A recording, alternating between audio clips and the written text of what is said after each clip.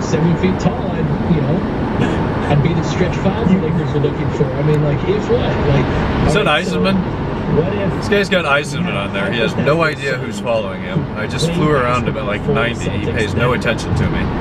How are people driving these cars that don't know what they are still?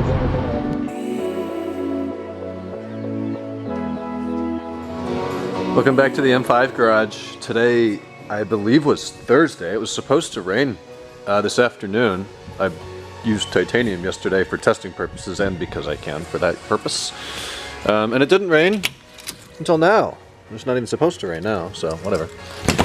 Let's see. Been doing a lot of stuff today. I got a box packaged up that's going to Uruguay eventually, but it's going to a place in Florida before Uruguay. The final blue bus has made it back to me. Digital DSP audio out works great. It's a little bit different with the Mark III. Not the audio out, but just the interface. The Mark III interfaces a little bit differently.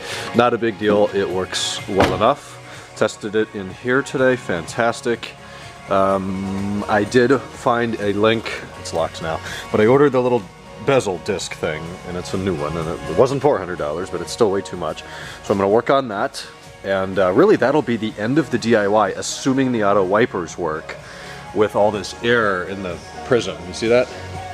That's supposed to be smooth. So the lights seem to work fine.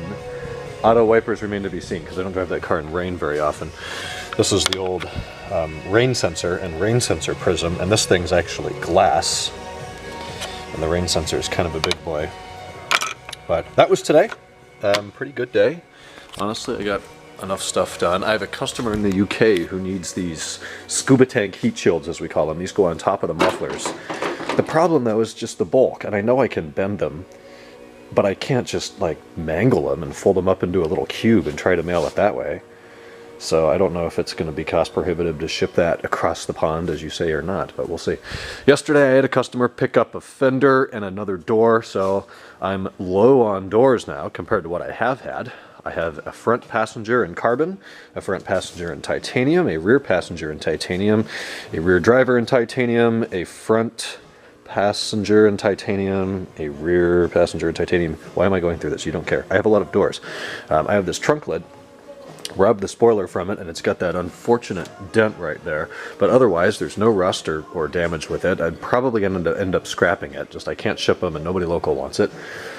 Other things of value I still have sitting around here. I have this 540 diff. That's actually the only diff I've got left. Lots of axles. Many of them still have the hub and stuff on there that's just seized. I can't get it off. I've got one good taillight, lots of MAFs, 2 blower motors, lots of coils from the S85 and the S62. All these ABS things. I don't even know what they're called. They're not the module. They're the part that sits behind the module. 2 steering boxes. I suppose this will be the next facelift retrofit I need to make, is this facelift spout thing, because mine is this one, not the black one. I debated doing it years ago. It's like, how much do I actually care about that? Not that much. I got a drive shaft. I got nice mufflers. I've got a really nice style 42. Thank you, Nate. Lots of calipers, rotors. I mean, who buys used rotors? But there's no lip on them. These are even drilled and slotted if people think that's better. Fan clutches, cabin boxes. There's a lot of stuff in here still. Like 4 flex discs, all of which are usable. I would put them in my own car.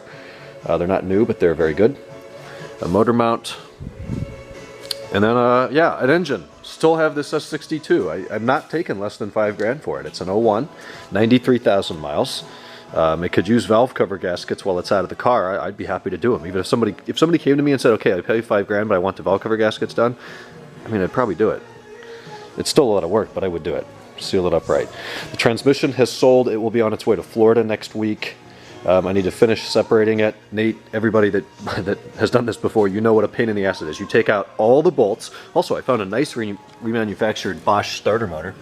It's got a starter motor on there. It looks pretty much new. But taking the transmission off, you take all the bolts out, and then it comes the first ½ an inch, and you're like, oh, this is easy.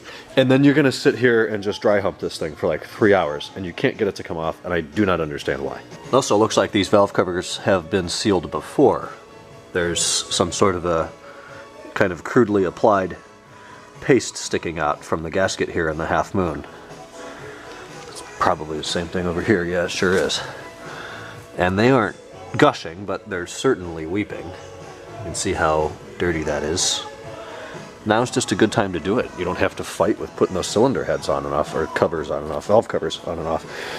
The plenum, it's still a lot of bolts to take the upper and lower plenums off.